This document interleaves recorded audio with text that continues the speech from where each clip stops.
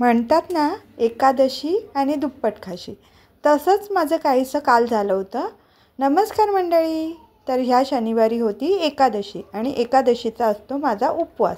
पण उपवासाच्याच दिवशी मला नेमकं काहीतरी असं चटपटीत वगैरे खावंसं वाटतं. पण उपवास असल्यामुळे वेगळं काही खाता येत नाही. तर सकाळी नाश्त्यासाठी मी इथे खिचडी बनवली होती आणि माझ्यासाठी बटाट्याची भाजी, ताकाची कढी आणि भात असं मी दुपारी फराळासाठी बनवलं होतं.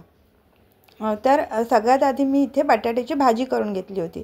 बटाटे उकडून घेतले होते अगदी साध्या सोप्या पद्धतीनंच. बरं ही भाजी मी तेलामध्येच बनवली होती.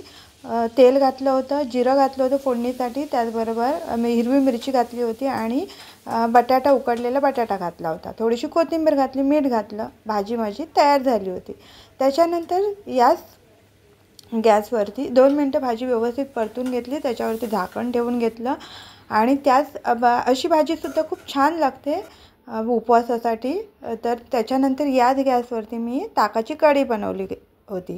तर इथे मी रेडीमेड जे अमूलचं ताक मिळतं तेच वापरलेलं आहे. त्याच्यामध्ये थोडंसं पाणी घातलं होतं आणि मीठ आणि थोडीशी साखर घातली होती. आंबट गोड कढी बनवली होती. त्याच्यामुळे थोडीशी साखर आणि मीठ घातलं होतं. व्यवस्थित मिक्स करून घेतलं होतं. पातेलीमध्ये तेल घातलं होतं, थोडंसं जिरं घातलं होतं फोडणीसाठी, कढीपत्ता, हिरवी मिरची बारीक चिरलेली घातली होती आणि हे ताक घातलं होतं. आता याच्यामध्ये मी बेसन वगैरे काही घातलेलं नाही. त्याच्यामुळे कढी थोडीशी फुटण्याची शक्यता असते. म्हणून फोडणीला घातल्यानंतर ती व्यवस्थित ढवळून घ्यायची. चांगली उकळी येईपर्यंत थोडंसं ढवळतच राहायचं, कारण जेणेकरून ही ताक फाटत नाही, म्हणजे कढी फुटणार नाही याच्यासाठी.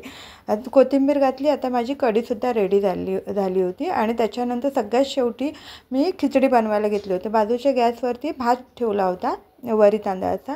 खिचडीसाठी मी ते तूप वापरलेलं होतं. बरं, खिचडी सगळ्यांना नाश्त्यासाठी पण आम्हाला हवी होती, म्हणून मी ही खिचडी सगळ्यात शेवटी बनवली होती. इथे मी हे साबुदाणे सकाळच्या नाश्त्यासाठी खिचडी बनवायची होती, म्हणून साबुदाणे मी रात्रीच भिजवायला ठेवते, कारण त्याच्यामुळे साबुदाणे खूप छान असे भिजले जातात आणि खिचडीसुद्धा अगदी सुटसुटीत मऊ वगैरे होते. तर त्याच्यासाठी मी रात्रीच भिजायला ठेवते.